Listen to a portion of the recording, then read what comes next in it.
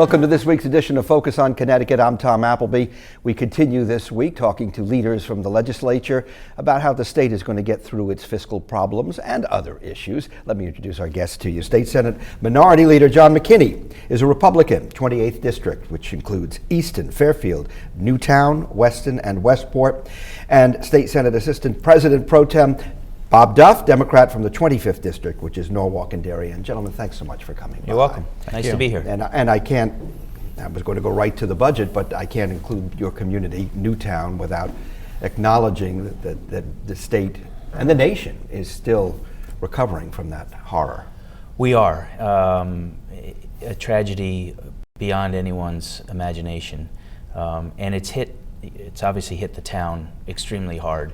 But it's hit all of us. I think we all hear from friends and neighbors. I've heard from old college classmates around the country. People are devastated by this. And it's time that we make sure that we as elected officials honor their memories, honor what happened, by trying to do things that will make it better. The governor, to his credit, has put together a task force to deal with the Newtown tragedy. We in the legislature have put together a bipartisan task force to try to come up with ideas around three main issues: school security, mental illness, and gun control. Are we going to prevent this from ever happening again? Probably not. But can we take steps to make our kids and our society safer? I think the answer is yes. And what we're hoping to do in Connecticut is to do that in a bipartisan way. The parents of Newtown want us to be above the partisanship and the bickering. They want a national conversation, and I'm hoping that we in Connecticut can lead the way in that. What do you want to see from that task force? Well, what I'd like to see really is a bipartisan package, basically, that the legislature can vote on. Already we see in Washington where the president has put forward an agenda. We see like the NRA and others who are already demonizing that proposal, if not demonizing the president himself. And even Governor Chris Christie came out and said that some of their tactics were a little less than honorable. So I think in Connecticut we can be an example, as we have been in the past, of bipartisan action. Not all of this is going to be easy, and I don't think everybody's going to like everything that's in a legislative package. But for all of us to come together and to show the country that the state of Connecticut will make reforms, will make some changes, I think says a lot. We had a memorial for Sandy Hook, the victims, in December, the night we did our deficit mitigation package, and the leaders all made speeches. And I said to Senator McKinney, I thought his speech was one of the best of the evening, and it shows how the state really can come together in a tragedy like this, rise to the occasion, and put forth legislation that can make a difference. However, I have said, and I think the governor said and everybody else has said, we're a small state. We can only do the things that affect our borders. We really do need a national conversation on this, and we need action by Congress. And we don't want us to be like a fiscal cliff or the debt ceiling, those kind of drama debates. Another piece of this is mental health. Do you see mental health as off the table when it comes to the budget discussion, particularly in light of what happened up there? I don't think so. I think that we're always looking for better ways of delivering services. This is not an area that's something that I know a lot about, but I know there's a lot of people in the legislature who've studied this for a long time. Even our former Lieutenant Governor and Senate President Kevin Sullivan, he had a task force on mental health. So I think that there's plenty of people who have studied this over the years and know what they're doing and can make some good recommendations to us. And it's up to the legislature and others to shift things to make this work.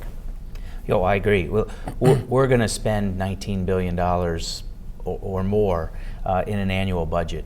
If we come up with a package of legislation that we think is important to address what happened in Sandy Hook, part of that's going to have to include issues surrounding mental health.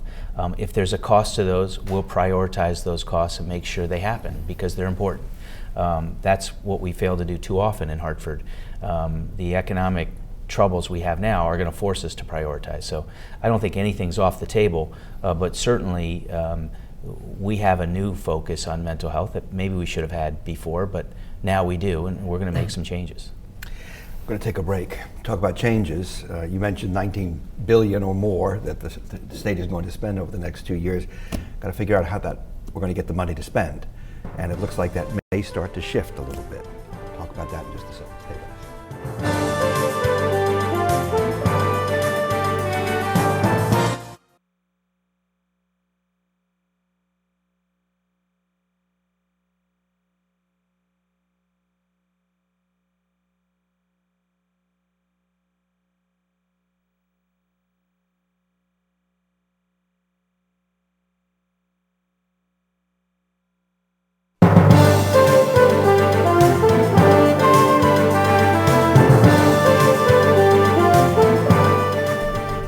Welcome back to Focus on Connecticut. Let's move now to the budget and how we pay for it. This week, Speaker of the House, Brendan Sharkey, who was here last week, said it is probably unlikely that we are going to be able to hold cities and towns harmless. The governor, who had been a mayor for 14 years when he came into office, said, I'm not going to put a burden on the cities and towns. I'm not going to cut the monies that come from the cities and towns. Too hard for them back to them. And now this is a different story. Well, we have significant troubles. We have a $2.5 billion budget deficit estimated over the next 2 years. When Governor Malloy came into office, he was dealing with a $3.6 billion deficit. In order to solve that, we were all told that we had a shared in the sacrifice, which included the largest tax increase in our history. The governor has said, and others have said, that tax increases to solve this year's problem is not an option. So in many ways, the problem we deal with is more difficult because there's not the option of raising taxes that some used last time. So that puts everything in terms of our spending on the table. Having said that, whether it's been the Democrats' budget or the Republicans' budgets that we've offered in alternative, neither budget has cut money to our towns and cities because we know that directly relates to property tax increases, which is unfair to many of our citizens and bad for our economy. So I think we're going to take a long look at trying to not cut municipal aid. And I've said before that if we're going to look at cutting municipal aid, it has to come with a relief of some of the unfunded mandates that many of our towns and cities struggle with and can't afford to do. So it's going to be on the table. I would not favor doing it unless we give them mandate relief, which relieves them from some of the spending burdens they already have. Yeah, I would agree, and I know it's difficult because we had hoped we were going to be out of the woods by now. Seeing the economy recover, we're kind of in this stubborn recovery, I guess, and the economic times just aren't there yet where we can enjoy times without these big deficits. And frankly, we have lots of people still using our Medicaid services, which is helping to drive the budget deficit, and other state services, safety net type of things. So we are going to have to take a long look at, I think, everything again. Now, there's lots of things on the table that could be cut, whether it's municipal aid, whether it's the earned income tax credit, which I know a lot of my colleagues are not going to want to talk about, the property tax credit. Those are kind of big chunks of the budget. The governor put the state employees, they have that agreement for the next few years so that's you off can't the touch table. them, yeah. Well, that's off the table right now, though that is projected to save a lot of money over the next 20 years or so. So there's going to have to be lots of things. And I think to John's point about the municipalities is that, if say there are cuts, what we have to look at then is whether it's efficiencies throughout town to town. What do we do, administration-wise, other types of ways in which we can say to them, look, is there ways in which we can either share services? Can we save money on personnel that way? What kind of ways can we do that we could be helpful so that you can save money as well? And that, so it's not just a raw cut to them, but it's something that maybe what we can do is help them become more efficient as well. And we need to take a look at helping out our towns and cities to have those efficiencies. Just the other day I spoke at a meeting of small towns in the state of Connecticut, and a lot of them were talking about the increased cost of some of our education reform initiatives, including the teacher evaluation. And the first select woman of Weston said that they believe the cost of that could be more than $200,000 to the town of Weston. That's a lot of money to a small town to hire the administrative officials needed to take care of this teacher evaluation system. Well, maybe we ought to take a look at that reform bill and see if there's a way that Easton and Weston and maybe a couple other towns couldn't use the same administrative officials to handle their evaluation system for a number of towns so they can share in that cost. Those are the types of things a lot of towns are doing on their own in terms of sharing services and costs, but we as a state can help them do a lot more with that, and that would relieve them of a lot of their financial burdens. With all of these things, and let's assume they're all wonderful and the communities buy into them, although that's a huge assumption because we know how Connecticut feels about its own turf, home each rule. town, yes, no county government. Can we emerge from this without the towns having to bear the burden and increase the property taxes? I think we can. One of the things the economists predicted as the recession was starting, was that this was going to be different than what we've ever seen before. In many ways, it would be a jobless recovery, and the recovery was going to take much longer.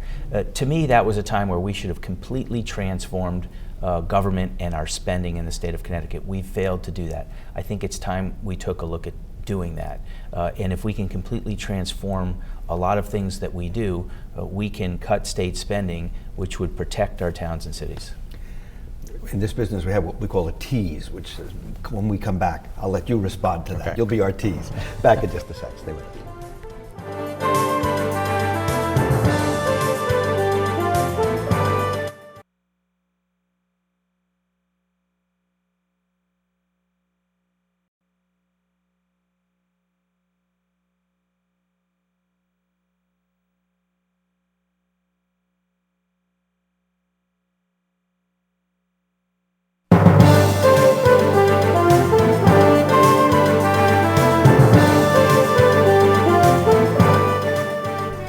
Welcome back to Focus on Connecticut. I'm Tom Appleby. We're talking with two members of the leadership of the State Senate.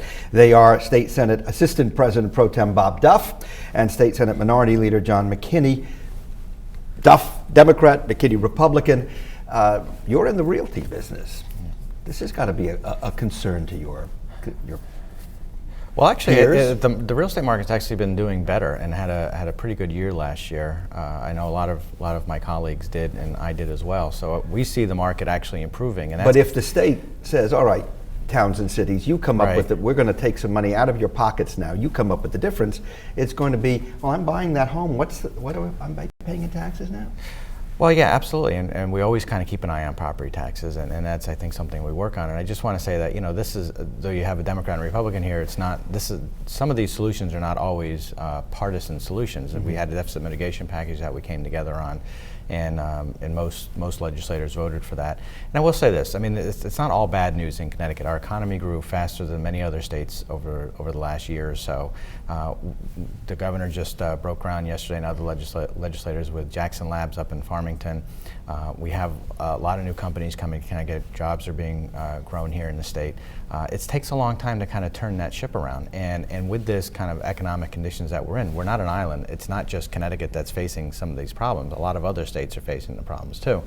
And when you have a dysfunctional Congress and there's not that kind of consistency that businesses need, they hold back on what they need to do. So we are going to have to, once again, roll up our sleeves, make tough decisions, and I agree with John. This is a time to transform our government. We cannot do things the same way we've been doing things, and we cannot just paper over everything. We've got to really look at different ways and better ways and smarter ways of delivering those services, whether it's public, private, or something in between, and make sure that we can balance that budget, because that's what we have to do. If we're going to grow jobs and we're going to attract businesses in the state, we've got to make sure we have a balanced and consistent budget. But when we first started to descend into this recession, that was what everyone was saying. We can see this as an opportunity to finally do those things we need to do. And here we are, 4 years into it, and we're saying the same thing. Here's an opportunity. Well, it starts with leadership, and it ends with having legislators committed to make that change happen. I've been talking for those 5 years about the fact that Connecticut's a dual delivery system for our social services. We as a state deliver aid to people who are mentally ill, people are elderly, for example, yet we rely on nonprofit organizations through all of our communities to do the same service. Those nonprofits can provide the same service to that same group of people for 50 to 60 cents on the dollar of the state. It's time for the state to get out of that business completely, be partners with our nonprofits, fully fund those nonprofits, and let them care for these people. That, at the end of the day, could save $300 to $500 million a year. Now, you can't do that overnight. It takes a multi-year process to have that happen. But we should have started that process. We need to start that process now. That's one of the transformative things we can do that can still deliver services to people who need them, yet do it in a more efficient and less expensive way. And I think we're all working in that direction.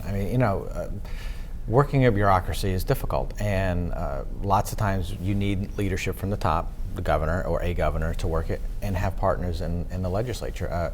For instance, we did have a consolidation reduction of 25 to 30% of state agencies over the last 2 years. I know we can do more, and we need to do more. We need to deliver those services better. One of the things I've been leading on is results-based accountability in the state. And when we had good times, and I think it's even more important in the bad times, which holds agencies accountable. But one of the things we're doing is we're breaking down those silos between agencies that work on similar things. So whether it's jobs, and you work with different agencies to figure out how they're doing that, and they can bring their resources together. So not all of this stuff is always apparent or visible to the average person out there, but it's an effort that many people have been working on over the years. And you know, the frustrating part is that it takes time, and that you can't always put your hand on all those results. But I think a lot of good committed people are working on those kinds of things, which is why it takes time. We're going to take one more break. This week, the governor talked about funding our transportation budget, particularly the bridges in the state. So at a time when we're talking about pulling back on money, we need to spend just to keep the state up and running. Let's talk about that, because some of that's very disturbing, the state of our infrastructure, and we'll do that right after this break. Thank you.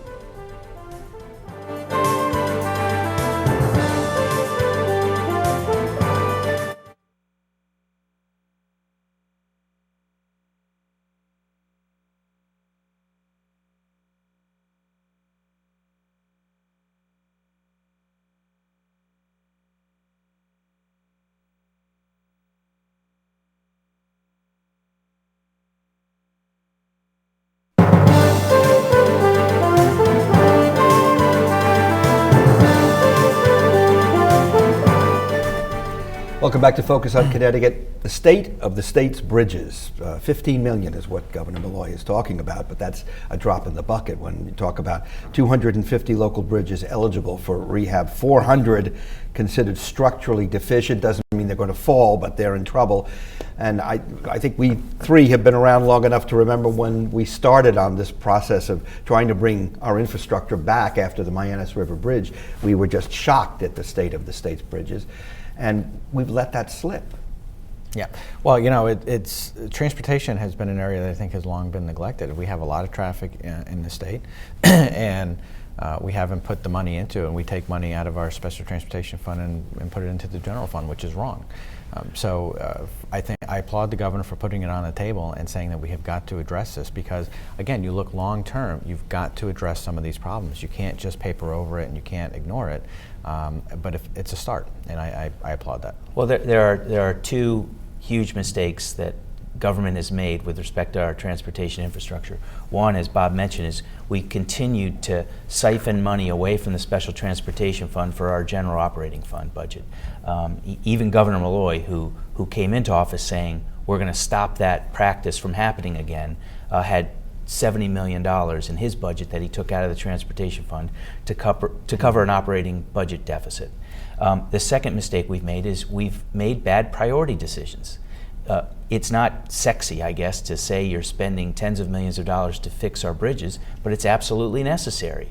Instead, Governor Malloy and others supported a $500 million busway from New Britain to Hartford that no one's going to ride, and we're going to continue to subsidize to the tune of tens of millions of dollars into the future. So we need to reprioritize. We need to focus on our infrastructure. We need to stop stealing money from the Special Transportation Fund and not wasting money on projects that aren't essential to our infrastructure. Fixing roads and bridges is absolutely essential. We need to get back to doing those basic things. Well, here's the good news, is that we have new rail cars on the way, and I think half of them are here by the end of 2012. We're starting a project on I-95 around exit 1415, which is huge for a lot of people. So things are happening and things are moving, which is good news. But you have to then prioritize those years of neglect and delay from prior administrations when things just weren't done. So as John says, I agree. We got to prioritize correctly. Now that we have the new rail cars, we're doing some other projects around the state. It's time to then focus on some of the other things that aren't as sexy, like bridges, but are very important to all of us, and we get those things done. And that project in Norwalk is going to do so much to relieve traffic congestion.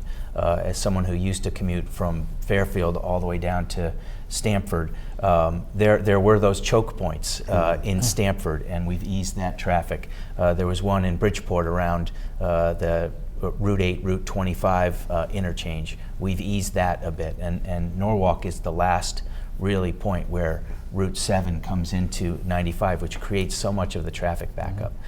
That's a very important project, and it's long overdue. Now, if we can just get Super 7, we'd be great. So, sorry.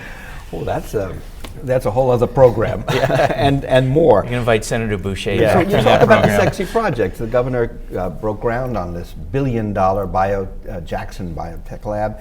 He's proposing now $200 million more over 10 years to be spent on biotechnology in this state. That's a sexy project. How do you then say to someone, well, I'm going to cut back on special ed? You know, times are tough. And then they look at this glossy new building going up. Well, that glossy new building has really good paying jobs, and those people in those buildings pay taxes and income taxes and sales taxes. So we talk about property taxes or higher taxes in the state. We can't lower taxes in this state if we don't have the people to help pay the taxes that we're all paying right now. So having a company like Jackson Labs, especially not in Fairfield County, if we're going to really grow jobs in the state, we're really going to make Connecticut an economic powerhouse, we can't just always rely on Fairfield County as the economic engine of the state. We have to diversify and have, all four corners of the state have to have something and other types of industries that can support all of us. I've got 1 minute. Do your constituents grasp that when you say that? The better analogy, though, is when that small business owner who's struggling to keep their 10 or 15 employees on, who maybe has to lay somebody off, says, why are you giving a billionaire $100 million of my tax dollars to move his business from Westport to Stamford when I'm struggling, and 70 to 75% of all jobs in this state are created by job creators like me, a small business owner? That's the better analogy. And while I understand and applaud the governor's desire to create economic development, he's chosen a path where he picks winners and losers. He focuses on billionaires and multi-international companies and forgets about the small guy in all of our communities. And that's no better example than that. $115 million to a billionaire is wrong. I've run it up. Gentlemen, thank you so much. And I'll see you on I-95 around exit 14. We can talk. Thank you. Thank you for joining us. Please stay tuned. The news continues.